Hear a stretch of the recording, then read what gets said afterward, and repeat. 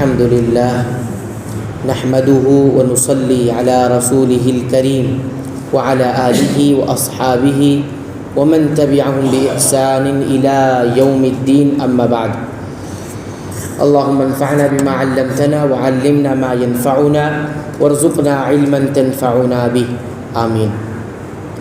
أعوذ بالله من الشيطان الرجيم. بسم الله الرحمن الرحيم. يا أيها الذين آمنوا لا تقولوا راعنا وقولوا انظرنا واسمعوا وللكافرين عذاب أليم. اے ایمان والو، تم نبی صلی اللہ علیہ وسلم کو راعنا نہ کہو بلکہ انظرنا کہو، یعنی ہماری طرف دیکھیے اور سنتے رہا کرو، اور کافروں کے لیے دردناک عذاب ہے۔ راعنا کی معنی ہے ہمارا لحاظ اور خیال کیجیے۔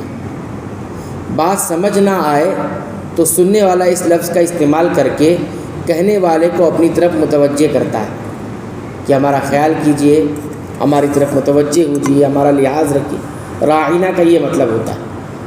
لیکن یہودی اپنے بغض اور اناد دشمنی کی وجہ سے اس لفظ کو تھوڑا سا بگاڑ کر استعمال کرتے تھے، جس سے اس کے معنی میں تبدیلی اور ان کے جذبہ اناد کی تسلی ہو جاتی یہودیوں کی۔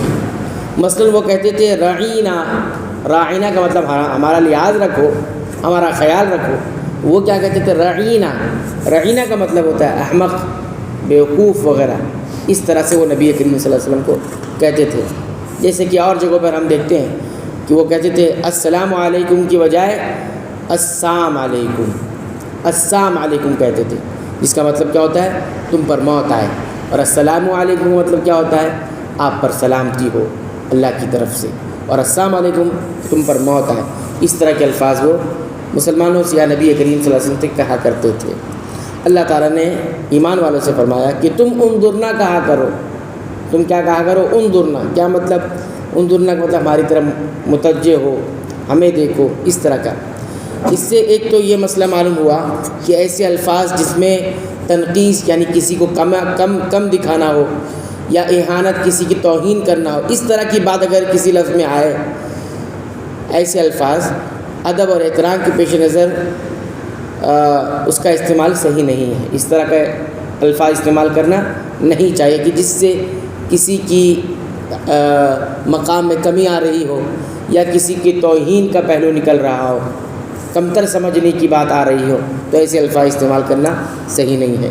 دوسرا مسئلہ یہ بھی ثابت ہوا کہ کفار کے ساتھ افعال اور اقوال میں مشابہت کرنے سے بچا جائے، یعنی کفار جس طرح سے انداز گفتگو ان کی ہوتی ہے، جس طرح کے الفاظ وہ استعمال کرتے ہیں، یا جس طرح کے اعمال اور افعال انجام دیتے ہیں، اس کی طرح کرنے سے بچا جانا چاہیے، تاکہ مسلمان حدیث جو ہے من تشبہ بقوم فہو منہم، جو کسی قوم کی طرح بننے کی کوشش کرتا ہے وہ انہی میں شمار ہوگا۔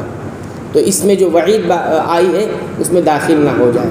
بہت سارے یا کچھ لوگ ہیں جو کافروں کی طرح بننے کی کوشش کرتے ہیں، ان کی چال ڈھال، ان کی تہذیب، ان کی ثقافت، ہم دیکھتے ہیں نوجوانوں کے اندر ان سے متاثر ہو کر یہ ساری چیزیں آ رہی ہیں۔ سربراہ حضرات بھی منع نہیں کرتے، اور وہ لوگ کہتے ہیں چلتا ہے۔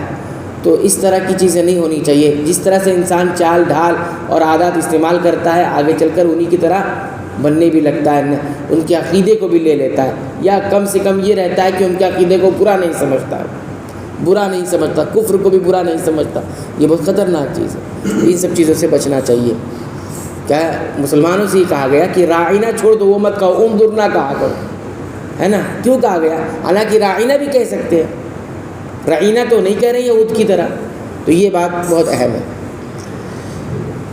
ما يود الذين كفروا من اهل الكتاب ولا المشركين ان ينزل عليكم من خير من ربكم والله يختص برحمته من يشاء والله ذو الفضل العظيم۔ نہ تو اہل کتاب کے کافر اور نہ مشرکین چاہتے ہیں کہ تم پر تمہارے رب کی کوئی بھلائی نازل ہو۔ ان کے اس حسد سے کیا ہوتا ہے؟ اللہ تعالیٰ جسے چاہے اپنی رحمت خصوصیت سے عطا فرمائے۔ اللہ تعالیٰ بڑے فضل والا ہے۔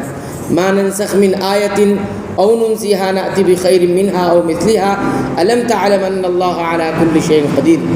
جس آیت کو ہم منسوخ کر دیں یا بھلا دیں اس سے بہتر یا اس جیسی اور لاتے ہیں، کیا تو نہیں جانتا کہ اللہ تعالیٰ ہر چیز پر قادر ہے، یعنی قدرت رکھنے والا ہے۔ نسخ کے معنی لغوی معنی تو یہ ہوتے ہیں کہ منسوخ کرنا، کسی چیز کو کینسل کر دینا، ابھی یہ تھا اب یہ نہیں، ابھی یہ والا، اس کو کہتے ہیں نسخ۔ لیکن شرعی طور پر کیا کہا جاتا ہے؟ ایک حکم بدل کر دوسرا حکم نازل کر دینا۔ ابھی یہ حکم تھا، اس کو ہم نے بدل کر کینسل کر کے دوسرا حکم نازل کر دیا، اس کو نسخ کہتے ہیں۔ یہ اللہ تعالیٰ ایسا کرتے ہیں۔ جیسے ہم دیکھتے ہیں کہ اللہ تعالیٰ کی طرف سے یہ ہوا کہ جیسے آدم علیہ السلام کے زمانے میں سگے بھائی بہن کا آپس میں نکاح جائز تھا، آدم علیہ السلام کے زمانے میں سگے بھائی بہن کا آپس میں نکاح جائز تھا، بعد میں اسے حرام کر دیا گیا۔ تو پہلے حکم جائز تھا سگے بھائی بہن کا، لیکن بعد میں کیا ہو گیا؟ بدل دیا اللہ تعالیٰ نے، اس کو حرام کرا دے دیا۔ اسی طرح قرآن میں بھی اللہ تعالیٰ نے بعض حکم کو منسوخ فرمائے اور ان کی جگہ نیا حکم نازل فرمایا۔ یہودی تورات کو ناقابل نسخ قرار دیتے تھے، یعنی تورات میں جو حکم نازل ہو گیا وہ بدلتا نہیں، اسی میں رہے گا، وہ یہ کہتے تھے۔ اور قرآن پر بھی انہوں نے بعض حکموں کے منسوخ ہونے کی وجہ سے اعتراض کیا۔ اللہ تعالیٰ نے ان کی تردید فرمائی، کہا کہ زمین اور آسمان کی بادشاہی اسی کے ہاتھ میں ہے، وہ جو مناسب سمجھے کرے، جس وقت جو حکم اس کی مصلحت اور حکمت کے مطابق ہو اسے نافذ کرے اور جسے چاہے منسوخ کر دے۔ یہ اس کی قدرت ہی کا مظاہرہ ہے۔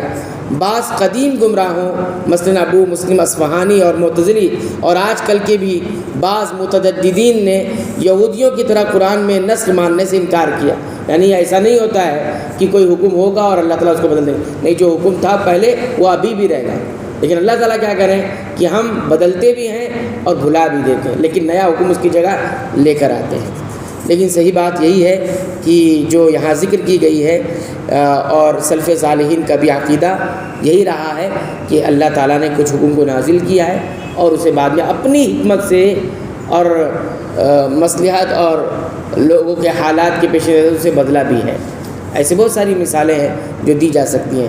بہرحال یہ نسخ جو ہے اللہ رب العالمین کا یہ حکم پایا جاتا ہے۔ اللہ تعالیٰ سے دعا ہے رب العالمین تو ہمیں قرآن حکیم کی پابندی سے تلاوت کی توفیق عطا فرما، اسے سمجھ کر غور کر کے پڑھنے کی توفیق عطا فرما اور اس کے مطابق اپنا عقیدہ اور ایمان اور اخلاق اور کردار بنانے سنوارنے کی بھی توفیق عطا فرما۔ اے اللہ تو ہمیں بخش دے، ہمارے والدین کو بخش دے، تمام مسلمانوں کو، مومنوں کو، اہل توحید کو بخش دے، آمین۔